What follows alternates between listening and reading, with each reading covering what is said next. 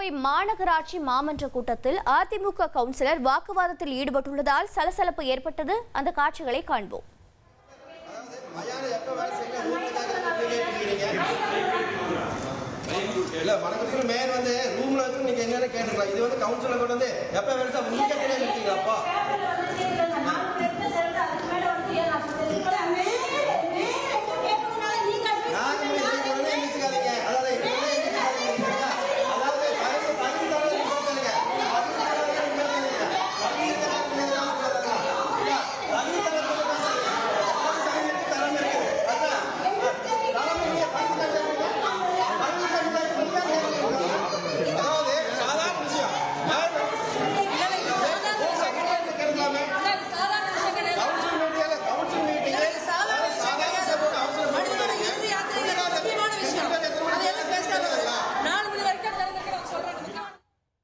இது பற்றிய தகவல்களை கோவையிலிருந்து செய்தியாளர் கார்த்திக் வழங்கிட கேட்கலாம். கார்த்திக் வணக்கம். என்ன கோரிக்கையை வலியுறுத்தி அதிமுக கவுன்சிலர் வாக்குவாதத்தில் ஈடுபட்டார்? தற்போதைய கள நிலவரம் என்ன?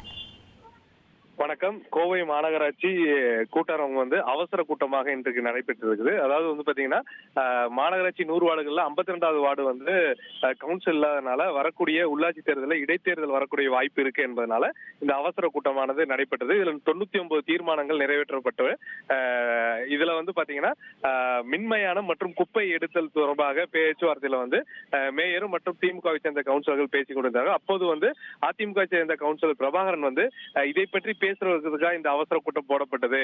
அதே சமயம் குப்பை பிரித்தல் எடுத்தல் அந்த பகுதியில் இருக்க வேண்டாம் என்று பொதுமக்கள் சொல்லியிருக்காங்க. ஆனால் அங்கேயே ஏன் கொண்டு வருகிறீர்கள் என்று கேள்வி எழுப்பினார். ஆனால் பொதுமக்களிடம் பேச்சுவார்த்தை நடத்திட்டு இருக்கோம், அவசரப்பட்டு கொண்டு வரலன்னு நேர் தரப்புல சொல்லியிருந்தாங்க. அதே சமயம் மின்மயானம் செயல்படுவது குறித்து மாலை 4 மணி வரை தான் செயல்படுகிறது, மாலை 6 மணி வரைக்கும் செயல்படுத்த வேண்டும் என்ற கோரிக்கைகள் இருக்கிறதுனால அதை பற்றி பேசுவதற்காக இந்த கூட்டம் என்று அதிமுகவுடைய கவுன்சிலர் கேட்டதனால அந்த இடத்துல சலசலப்பு ஏற்பட்டது. தொடர்ந்து இருதரப்பினர் வாக்குவாதத்தில் ஈடுபட்டதுனால பெரும் ஒரு வாக்குவாதம் பின்னர் மாநகராட்சி ஆணையாளர் இருதரப்பையும் சமாதானப்படுத்தி தற்போது அந்த கூட்டம் நிறைவடைந்திருக்கு.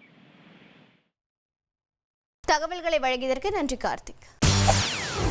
செய்திகளை உடனுக்குடன் தெரிந்து கொள்ள உடனே சப்ஸ்கிரைப் பண்ணுங்க.